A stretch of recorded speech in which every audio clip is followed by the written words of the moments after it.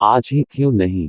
एक बार की बात है, एक शिष्य अपने गुरु का बहुत आदर सम्मान किया करता था। गुरु भी अपने इस शिष्य से बहुत स्नेह करते थे, लेकिन वह शिष्य अपने अध्ययन के प्रति आलसी और स्वभाव से दीर्घसूत्री था। सदा स्वाध्याय से दूर भागने की कोशिश करता तथा आज के काम को कल के लिए छोड़ दिया करता था। अब गुरुजी कुछ चिंतित रहने लगे कि कहीं उनका ये शिष्य अपने जीवन संग्राम में पराजित न हो जाए। आलस्य में व्यक्ति को अकर्मण्य बनाने की पूरी सामर्थ्य होती है।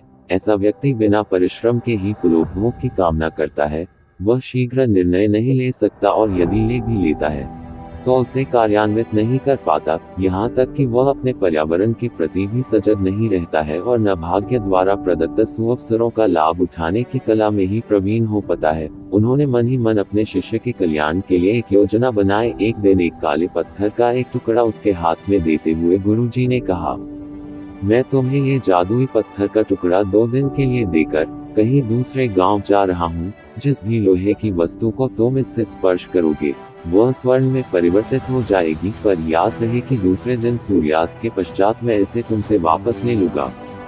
शिष्य इस सुअवसर को पाकर बहुत प्रसन्न हुआ, लेकिन आलसी होने के कारण उसने अपना पहला दिन ये कल्पना करते करते बिता दिया कि जब उसके पास बहुत सारा स्वर्ण होगा तब वह कितना प्रसन्न, सुखी, समृद्ध और संतुष्ट रहेगा। इतने नौकर चाकर होंगे कि उसे पानी पीने के लिए भी नहीं उठाना पड़ेगा। फिर दूसरे दिन जब वह प्रातःकाल जागा, उसे अच्छी तरह से स्मरण था कि आज स्वर्ण पाने का दूसरा और अंतिम दिन है। उसने मन में पक्का विचार किया कि आज वो गुरुजी द्वारा दिए गए काले पत्थर का लाभ जरूर उठाएगा। उसने निश्चय किया कि वो बाजार से लोहे के बड़े बड़े सामान खरीद कर लाएगा और उन्हें स्वर्ण में परिवर्तित कर देगा।